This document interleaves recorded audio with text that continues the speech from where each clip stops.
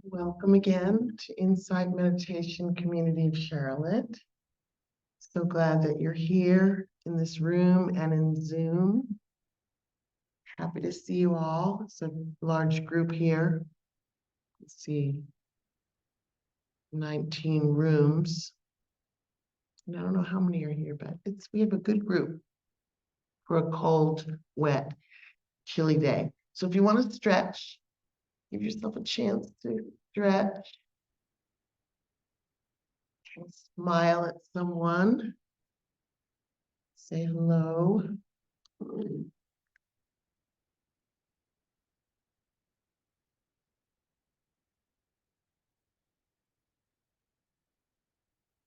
And I will ask you to just be patient with this talk because you need to hear it till the end before you start judging. Now, I know that's going to happen anyway, but it's called The Burden of the Ego. So it's all about me. It's all me, see me? No, that really feels like a burden. So I want to share a quote by Sayadaw Tejani that inspired me to do this talk. The mind is an aspect of nature, not I, not self, no person. It is a natural phenomenon. Only when you have this right idea can you truly be aware.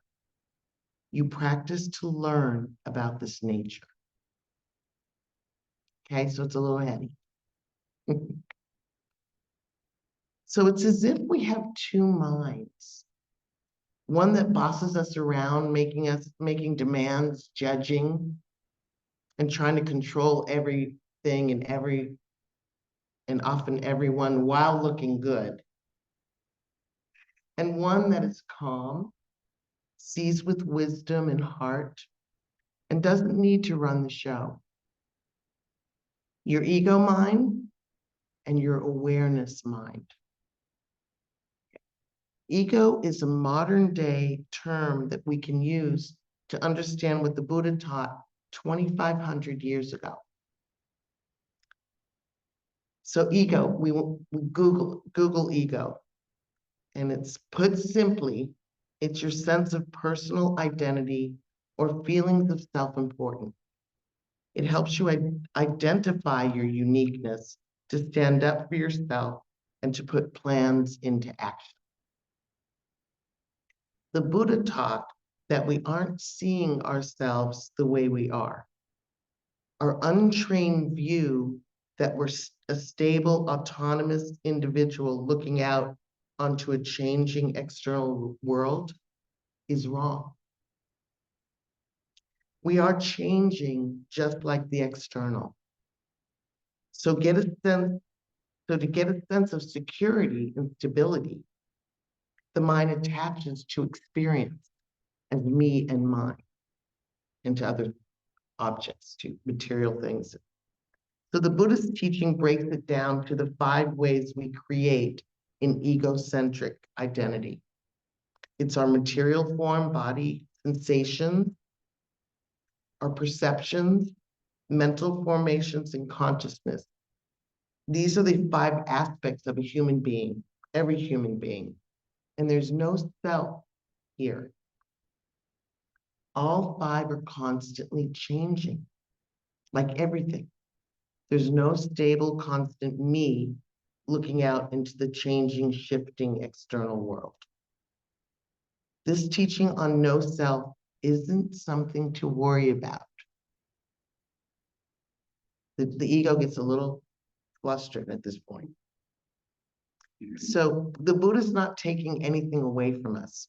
It turns out that this is the cause of suffering. Trying to find security and stability that isn't there is stressful. So we take all these parts of us and we make them me and mine, who we are. And they're constantly shifting. Once we learn to recognize our habitual creation of the me character, we learn to mitigate it to reduce our stress. Ego is an unconscious view of oneself based on continuous judgment. One's ego feels strong and healthy sometimes, and other times deflated and weak. Some people have an overblown ego. You might think of some characters. And constantly trying to keep it puffed up, and well-fed. Others feel small and defeated. We're all busy navigating the in-between. It's exhausting. I wonder how many views this talk will get when it's posted to YouTube. Thank you for getting that joke. In the book, Beyond the Self, Conversations Between Buddhism and Neuroscience scientists, Wolfsinger and Matthew Ricard. Buddhist monk Matthew Ricard have a conversation. The whole book is a conversation to help us understand this business of being a human. Ricard says, you fabricate an identity that you then install as the ruler of your world. It's a mental projection. The Buddhist analytical approach aims at deconstructing this mental fabrication through logical and experiential investigation, and comes to the conclusion that we are not the imaginary entity with which we identify ourselves, but rather a continuous dynamic stream of experience. He continues, quote, we are certainly people with a continuum of experience relating to a body and the outer world. Yet this continuum is in perpetual transformation, and we cannot find anywhere a singular, well-circumscribed entity that would be the one concrete essence of our being. So don't feel threatened by this teaching. It's about freeing yourself, not denying your reality. We do have a self in conventional terms. We have unique experiences, a name we're called, characteristics that describe us, a personality, but they are all in flux and flow. Sometimes we even change our names at different times in our lives. If I was adopted, imagine at birth by a Taiwanese family and raised in Taiwan, my language, mannerisms, food preferences, all the cultural norms would be mine. I would look Western, but act Taiwanese. Matthew, he says, let's compare the stream of consciousness to the Rhine River. It has, of course, a whole history, but it's also changing all the time.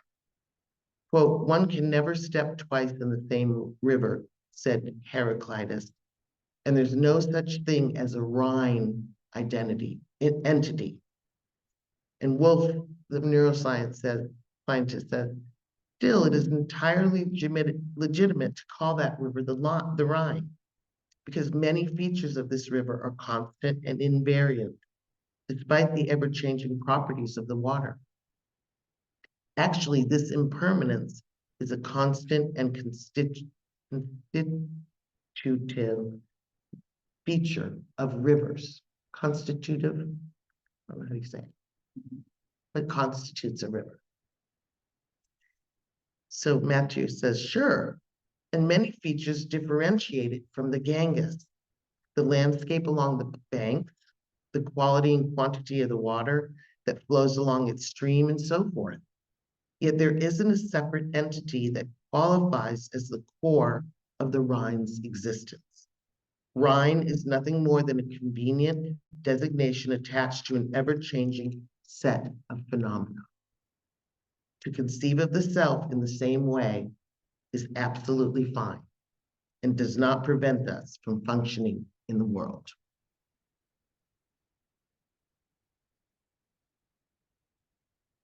And Matthew continues, I remember a time in 2003 when His Holiness the Dalai Lama taught in Paris for a whole morning on the notion of no self.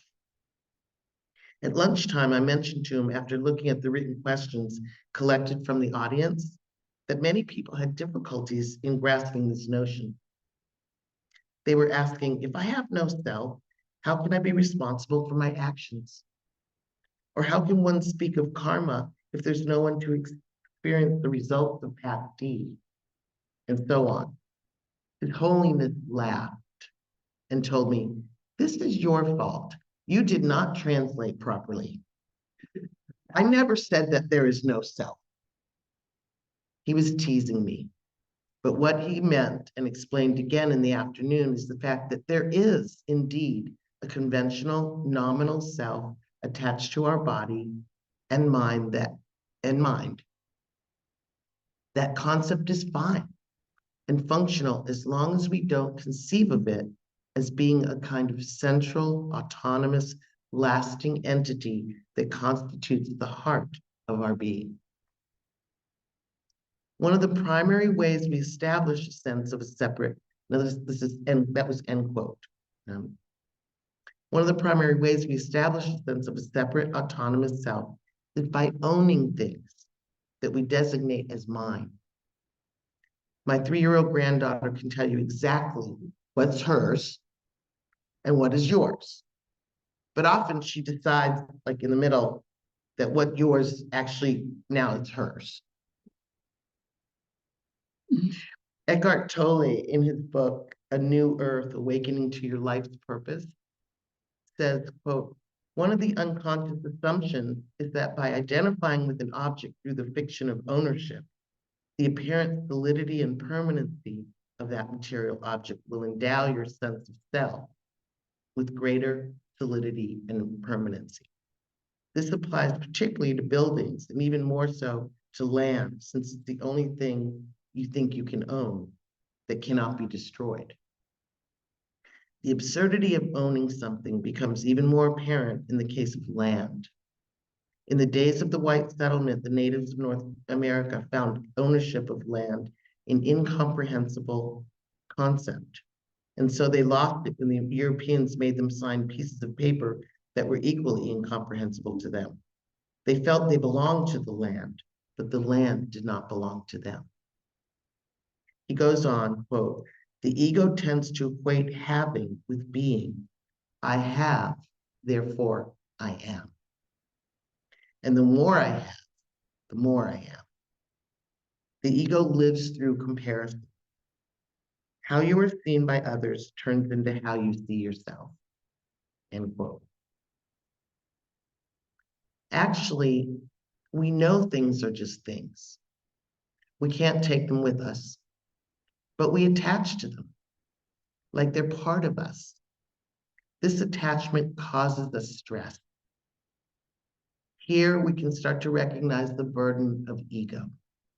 Whether I'm judging myself as ahead of the game or feeling low, like I need to improve.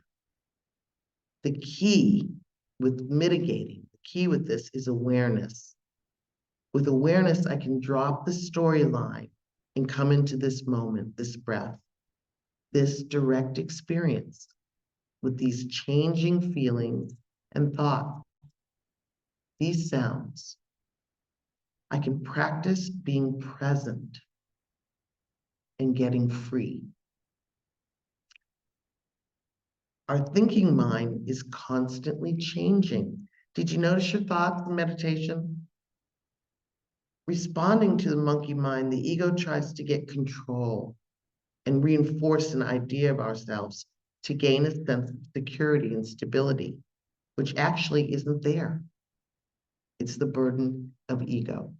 So, the latter part of your sit probably had a lot more awareness mind, a lot more ease, a lot more just, okay, now it's this, now this, now this, a lot more calm. LA Dharma teacher Trudy Goodman posted yesterday, one of the key realizations that comes out of meditation is recognizing that the thoughts in your head are not you, nor are your emotions, sadness or happiness, fear, grief, anger, or joy. Your thoughts and the feelings exist within the space of consciousness.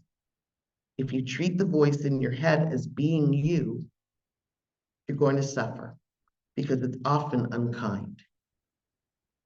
Try identifying with your own sense of awareness. You may find yourself more present, grateful, and amazed by the gift of your life. Wasn't that a gift to me that I got yesterday? That quote. The ego, I mean, not me, the gift to this role that I have to play. The ego separates us from others into me and you, them and us.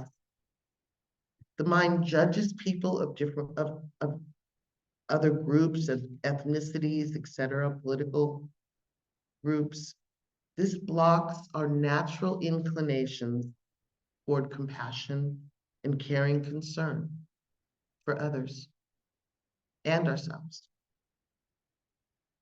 Aya Kema, in her book, Being Nobody, Going Nowhere, highly recommend that book, says, quote, the separation from each other is based on our ego concept. This is me, and I've got to protect me and defend me. Me feels threatened. Me feels threatened so often that one doesn't even know me very well. When there's fear, there's no compassion because fear is based on hate. We only fear what we don't like. We don't fear what we love. The more fear there is in the heart, the less compassion. Fear is always based on the ego concept. The more ego, the more fear. Fear of the dark, fear of thieves, fear of bad weather, fear of the future, all kinds of fear.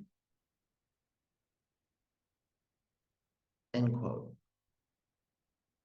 Oops, no, not end quote. Fear is always based on the protection of that illusory me. And the more we want to protect me, the less we have compassion. End quote. So looking more deeply into this teaching has really clarified some things for me. This has been a gift to take on this topic. Just really how mindfulness works. I knew, I've known a long time how this really works. How does it work? How does metta work? How does doing loving kindness meditation? So with loving awareness,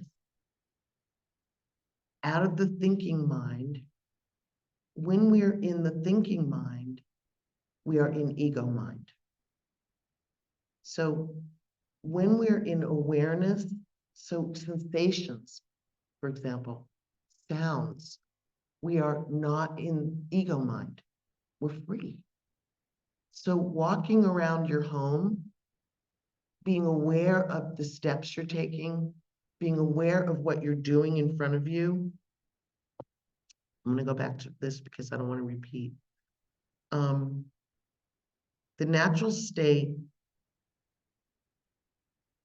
okay, when we're in a state of allowing, just allowing this moment as it arises to be aware of it, the natural state where moment to moment things unfold, I do what's ever next, the natural thing to do. So the carrots are cut, so now the garlic. So now oil in the pan. Whatever we're doing, we just do that. Out of the head and into the body. Body's here and now. When I'm just doing and not trying to be someone, I'm content. A student after a mindful yoga class would often ask me, how do you do that? Like, how does yoga do that? I feel so, free and shifted, and present moment to present moment to present moment. We're out of the thinking mind. We're out of ego mind, attachment mind. Mindfulness works by getting the controlling ego mind to lay down, be quiet, and hopefully go to sleep. But watch out. It always has one eye open, ready to jump up the slightest provocation. One little thought, and there it goes. Okay. That's what I wrote. One little thought, one little ache or pain, it can wallow in the suffering about it. So when you can try, when you have a pain, pain is present. There's a pain. Take out the my and I. So you can laugh about it. You can give it names, talk to it. Thanks, knucklehead. That thought. Please shut up, judge or judgy pants. Or playfully say to the ego mind, yeah, right. Yeah, right. Or playfully, liar. Just lighten up, be playful with it. When I teach yoga, my goal is always to lose myself, to get out of my own way and let the practice come through. I'm a participant like everyone else, surprised by what we're called to do next. Okay, we're called to do this. So this requires going in without a plan. A plan brings a degree of ego with it. So when I sit, I used to see sadness arise as an indicator that some stability was established. I understand now that that was the quieting of the ego mind, like that, not listening to that part of mine anymore. So this is it. We loosen our grip on ego, on thinking we know best, that we're right. Of course, I know best. I know something about this. I've been practicing and studying for a long time. I'm a Dharma leader, you know. Oh gosh, even playing with that feels weird. Doesn't feel good.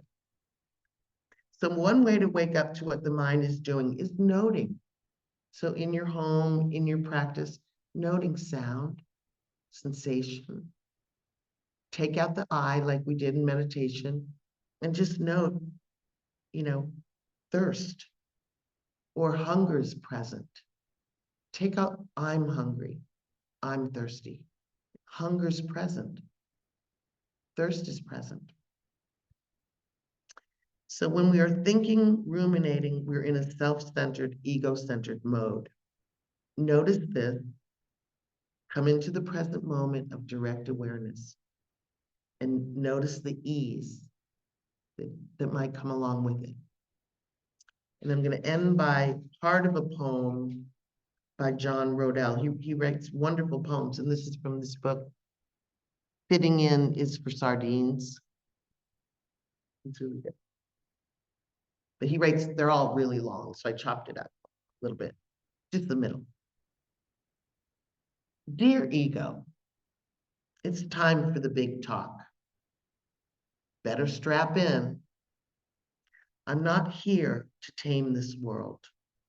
I'm here to gently explore it, to wander through the rolling hills, to soak in the warmth of its summer sun, to feel the cool mist of its autumn rain, to experience the frostbite of its winter fangs, to listen to the resurrection ballad of its spring bloom. I'm not here to control the world. I'm here to become overwhelmed by it. I'm not here to own a river. I'm here to surrender to the flow. I know you want me to be more ambitious and turn my library into a trophy room, but I didn't carefully sneak under the velvet rope of existence to spend my time here on earth using someone else's compass. Oh, dear ego, this is my clumsy way of thanking you for being in control for so long. You must be exhausted. So I'll take over from here. You better strap in because I'm taking us straight out into the boondocks of wonder. Thank you for listening. Thank you. Thank you, guys.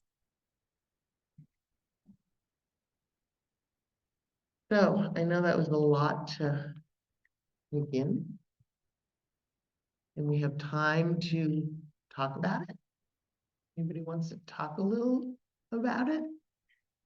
I mean, not you, but your awareness part of you.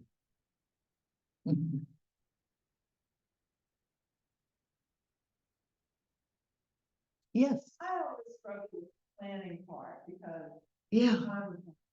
good. You have to plan. You sure do. You have to plan.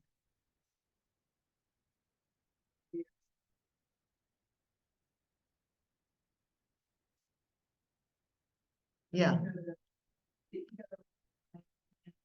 have to it sure does. see when I need it and when I don't need it. That's kind of how I'm trying to look at it. You go, okay, you need it now, but you're not needing it. So, we have a mic here. Did you guys hear what Justine just said? Raise your hand if you, or shake, okay, so I'm gonna have to repeat it. It's okay. So she's talking about the planning aspect of life, that we need to plan, and how do we do it without getting caught up in ego, and how do we do it mindfully, so that we're not, so what we don't want to do is ruminate. We don't want to get lost in planning when we're not even planning to plan. Right now, you know, but plan only when you plan to plan. Exactly. Exactly. So planning is one, and goals, making goals, the future thinking is, there's nothing wrong with thinking. What's wrong is being lost in thought. That's what's wrong. So we can mindfully sit and plan to plan. And in fact, when we do that, then the mind gets free of those thoughts, and we tend to plan less when we're not planning to plan. Thank you for that. It's a good one. Yes, Deborah. What we are,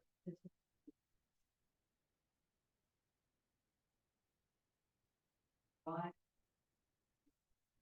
part, what. Yes, absolutely.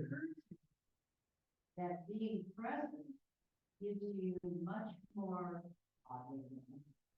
control over your environment. If you're lost in thoughts, someone, for example, can sneak up on you. Mm-hmm. Or if you're on the phone, or if you're walking through your car and your mind is somewhere.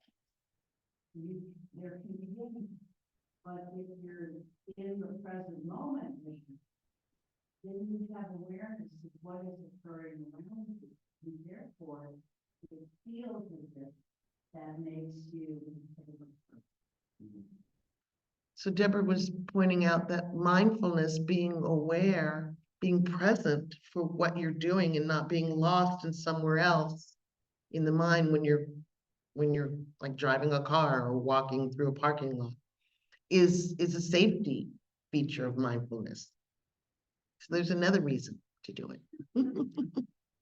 But yeah, his self-preservation is, and then we can relax when we're present, and we're aware of our surroundings.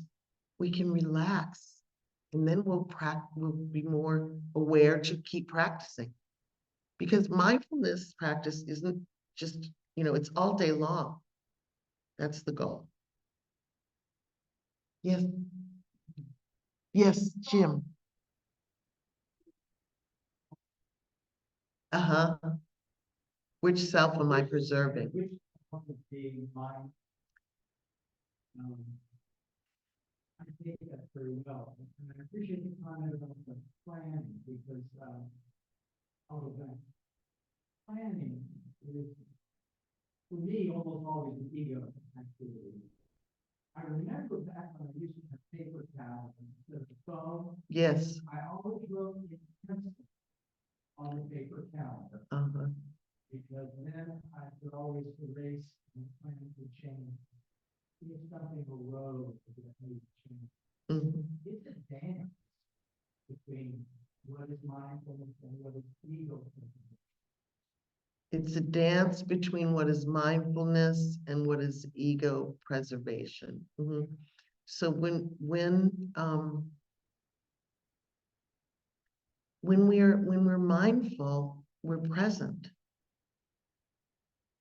So it's really not that confusing about if, and we can see the ego at work. We can see it. And we can see when there's unease in us, we know that the mind is doing something, thinking about something that's creating unease. Mhm. Yeah. Yes, Judith.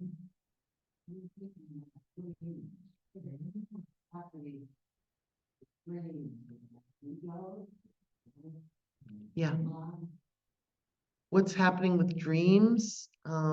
Is that ego mind? What mind is that in dreams? That's a good question. I mean, it's probably in this book on neuroscience. You can look in the index and see, but Jung and Freud were very different, you know. But even my like favorite Dharma book right now is In the Buddha's Words. And it's a monk that it was published in 1959. And he uses the word ego in that book to describe attaching to the idea of self. So what a gift to have that terminology, because it can be I mean, the whole topic of the 5 aggregates of attachment, clinging, is the Buddhist teaching that I just mentioned, because this is really a 2-hour talk that I gave 25 minutes. So yeah, there's a lot left out.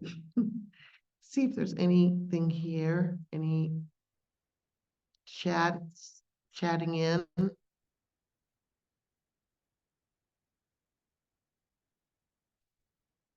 I don't think so. Okay.